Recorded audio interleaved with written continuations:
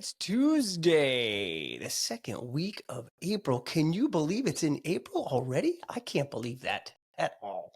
Makes no sense. Well, look at that. The spring sounds. The sounds of the nightingale bird, I believe that is. Wow. That was really nice. Thanks for hitting that. Beautiful spring sounds. Let's get going to this hard-hitting, controversial podcast that we have. Nope. Well, you're right. It's not that controversial, not that hard-hitting. It's that time, for the WTF Where's the Focus podcast. Don't forget to tell all your friends. Don't be stingy with the fun. Share it today. Share this episode with a friend. Really fun one today.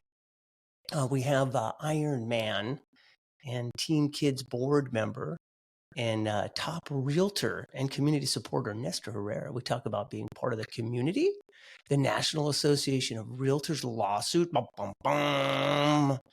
My new haircut, this cold I have, just a lot of stuff, much, much more. I love this guy. So let's go right into it there. Can you hit that intro there for me, my buddy? Can you?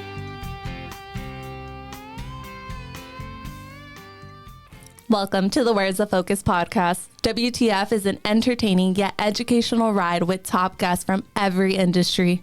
Knowing where your focus goes, your energy flows. Hosted by top-selling author, sought-after speaker, leading coach, and high-level executive in the financial industry, Daniel Manginelli. So, WTF. God, I mean the one.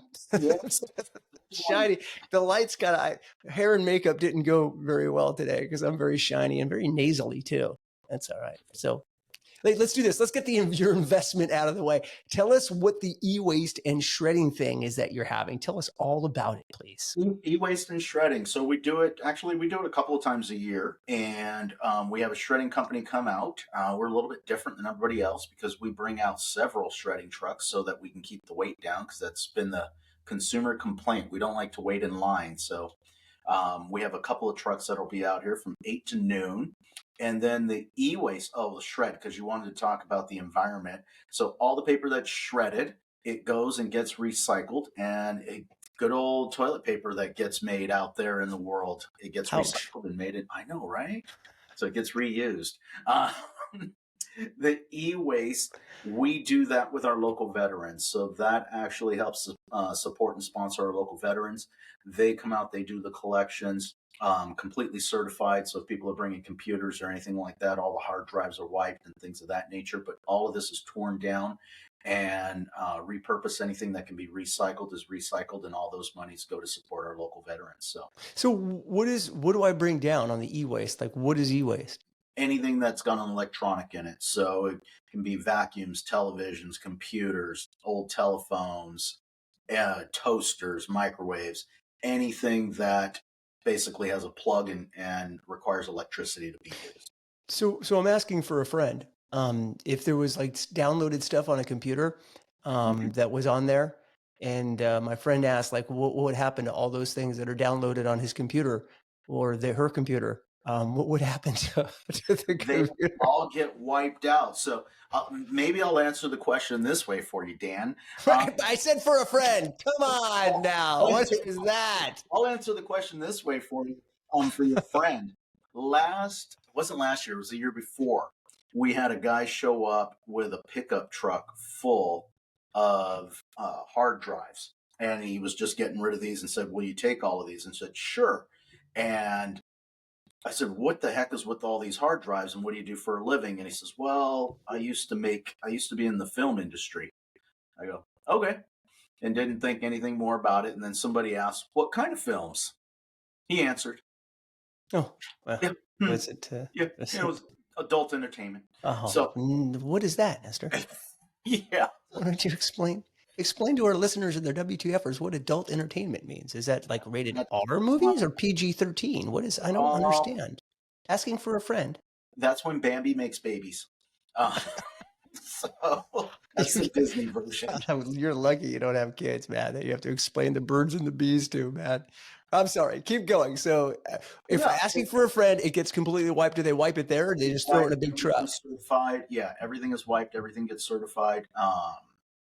everything, all of that stuff gets done. All of your documents and everything get destroyed. So if you're bringing in personal documents that need to be shredded, they're shredded on site and destroyed here. There's a big television outside the truck that shows them going in and being destroyed. And Okay. I climbed in there. They didn't even push the button. So I'm still here to tell this tale. So. Got it. So, and on that's on that. So I bring my phones, like old phones, old flip phones, old TVs, the big ones with the wood thing around them, and say, here, take this. We get a lot of those. Yeah, we get a lot of those. We usually get about 2 to 3 truckloads worth of old electronics.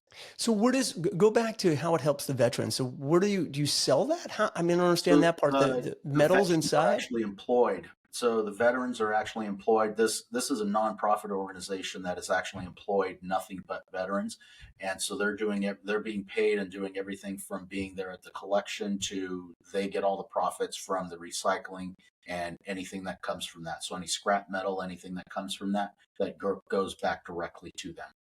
Well, that's great. Look at you, man, giving back to the earth, giving back to the veterans. You're just, what do they call it? The philanthropist, something of that nature yeah, I think that's probably, I shouldn't. I was going to say I shouldn't talk, but I have a podcast.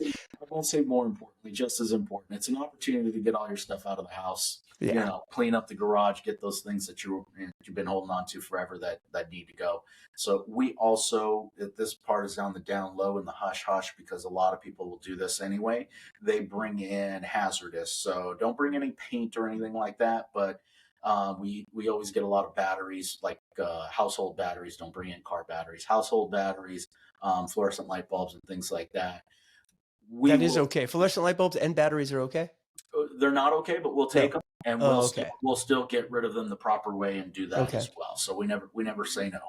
Got it. So let's talk on the other end. When I bring in my 1987 tax returns that I've kept all my tax returns since 1987, and I don't know what to do with them because I don't have a shredder that, I have that single shredder thing. Mm-hmm. How does that work? Do I just bring those in and hope that someone doesn't take my personal information? You just bring them in and they come straight out of the car. They go into big old bins that look like the trash cans that you take out every single weekend. Those things get filled up. The little arm picks that up, drops it over the top, and the big old grinder that's in there with a TV camera on the side of the truck that you can actually see it being shredded and gone. Okay, so you don't need to remove staples, paper clips. None of that stuff needs to be removed. This thing will eat it all up. That's awesome. I mean, there's a lot of people that have a lot of stuff in their drawers and don't have a way to shred that much information at that big of a clip. So now where can I go, Nestor? Where is this fabulous place that I would go bring all my stuff that I don't want anymore out of my house in my filing cabinet? We'll be there at 5299 Alton Parkway in Irvine. Big Remax building on the corner of Yale Loop and Alton, and we'll be there from 8 o'clock in the morning until noon. The cars start to line up right about 7 o'clock, 6:30, 7 o'clock in the morning. The early birds will line up, and if you are coming, don't come at 7 or 8. I'll tell you the secret. We always have a lull right about 10 o'clock in the morning. 10 to about 11 is always the slowest period of time. From 8 o'clock to 10 is always packed. And from 11:15-ish to noon is always packed as well. Got it. One more time on the address. 5299 Alton Parkway, Irvine, California. Do they come look for you? Everybody look at his face right now. They come look for you and say, Nestor, I'm here with my laptop with all my adult films on it. And can you take care of it for me? So Michelle and I will be out there with all the help. We'll have a lot of people out there supporting us. So break up into 2 lines. We have 2 lines, one for just e-waste, one for shred, and then actually 3 lines, one for e-waste and shred. And so they'll get divided up. Michelle will be at the front kind of guiding you through, and I'll be in the back. I like to hang out with the trucks. So you like the sounds, like big trucks bringing things up and shredding stuff, huh? I do. So we're going to actually push you in. Is that kind of what's going to happen there? Oh, look at that. That's core. So that's great. Is there another place that if they don't write down the address, because I'm driving, listening to this wonderful WTF podcast, is there a site they can go to, or is there a flyer or something somewhere else? NestorandMichelle.com. So it'll be on the front page. If you go to NestorandMichelle.com, it'll be on the front page right there. It says e-waste and shred event this week, and all the details are on there. And that's like Nestor, spell it like the Christmas donkey? And Nestor. Oh, you remember that lovely episode. You know what? That was very traumatic for me in third grade. You smell just like Yeah. the Christmas doggy. Come back from Christmas break, and the next thing you know, you're a jackass. How'd that happen? Oh, don't sell yourself short, Judge. You were a tremendous jackass prior to the Christmas.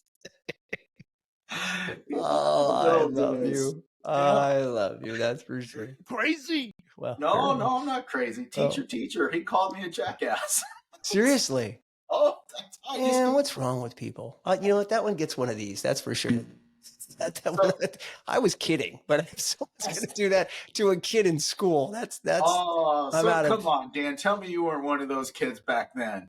me. I was the sweetest, most lovable, most kind, and boy, I'm going to get a whole bunch of emails saying you ruined my high school experience. You Hey, jackass. Is this where we transition to the oceanfront? Let's actually transition into something else. You have been 20 years in the real estate space, and at a top level at that. 30 now, sir. Almost 30.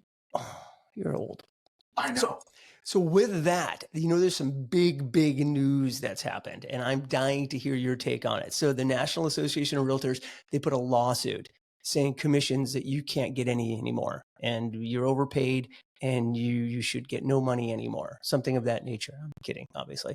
But the lawsuit, and I'd love to hear your take, because obviously it's still in arbitration, and they're appealing it, and whatever all the things that are happening prior to, someone signing it and saying this is what's going to go in. Can you explain a little bit of what it is and your take on it? Well, first of all, the papers and everything that you're reading got all the facts wrong. But there's a settlement in place. A settlement's been offered. And basically, NAR got sued along with some brokerages. Basically, all the brokerages got sued as well. And for the commission, saying that the buyer side commission should not have been paid by the sellers, and it created an unfair advantage, and money's yada, yada, yada. Whatever it was, they won the lawsuit. They have decided not to continue to fight it and appeal it, so they have actually turned in a settlement. The settlement they're hoping will come into play in July.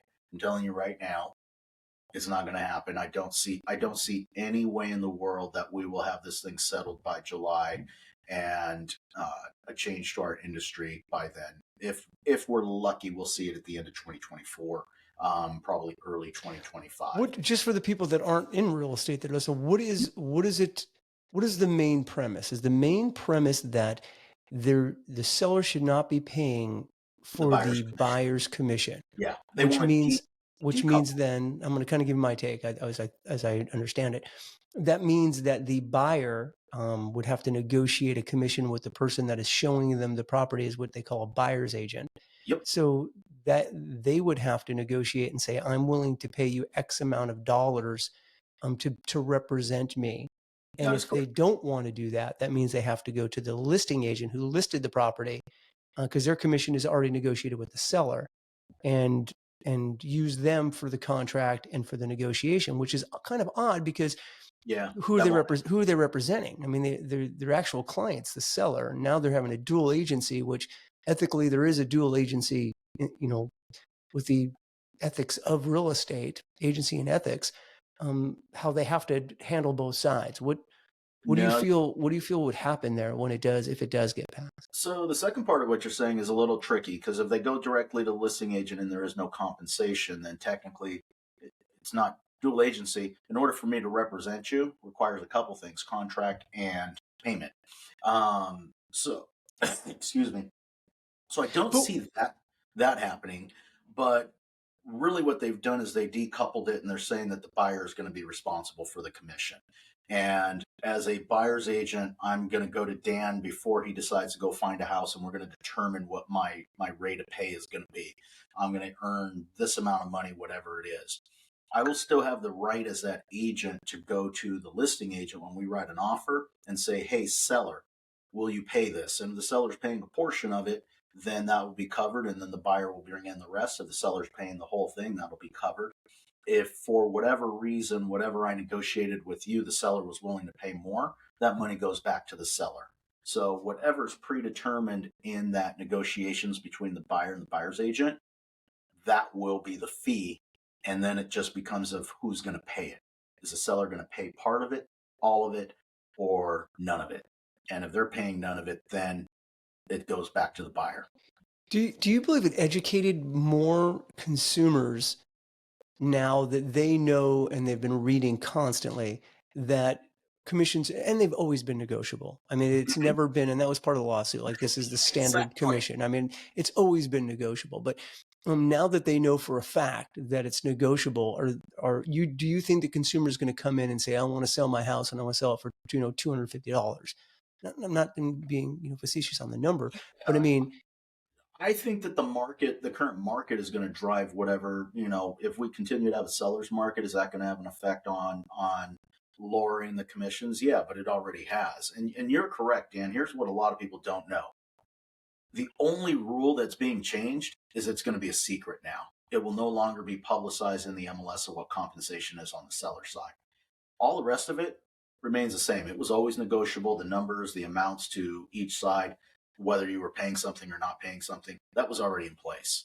So now, as a, let's say, a buyer's agent, I'm not going to go into the MLS anymore, and I'm not going to look at something and it's going to say like the seller's willing to pay a 4.5% commission and 1.5% to the buyer's agents, yep, and whatever it is to the seller's agent. You're not going to see that anymore. So you're going to go in there saying, I don't know what you negotiated with your seller, but the buyers in our offer is asking, 1% to be paid to the buyer's agent of Correct. whatever commission you negotiated. Would that be something that you see happening?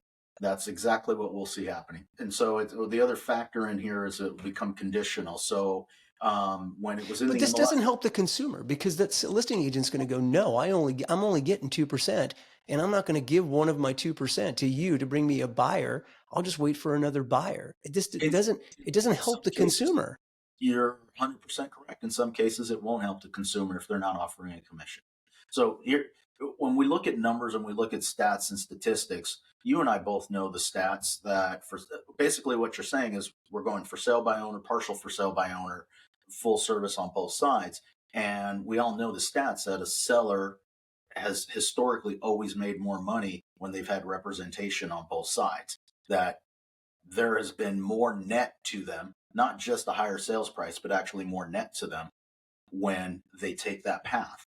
So it'll still remain the same. There'll be some adjustments that go through, but I think I'm excited about it. Yeah, well, I think that there's going to be obviously maybe a decline in commissions of some sort, but I also think that, for the education for the consumer right now they kind of know what's happening. I mean, the people that are more upset about it are the people that probably were charging higher commissions. And for me being, let's say, a consumer that's going to go buy a piece of real estate, I want someone to represent me. I want someone to make sure they're going to order the property inspection. I want to make sure my contingencies, that I don't miss them. The California real estate contract is a difficult contract. It's not an easy one. And most states are just not, boilerplate, even though you initial here.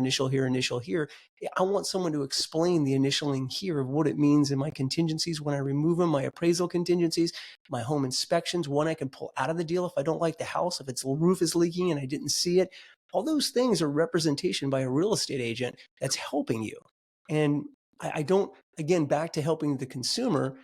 If they want to hire someone just to do the paperwork, what's going to happen of just signing paperwork? What about all the other things that go with your job description? That's the tough part for me.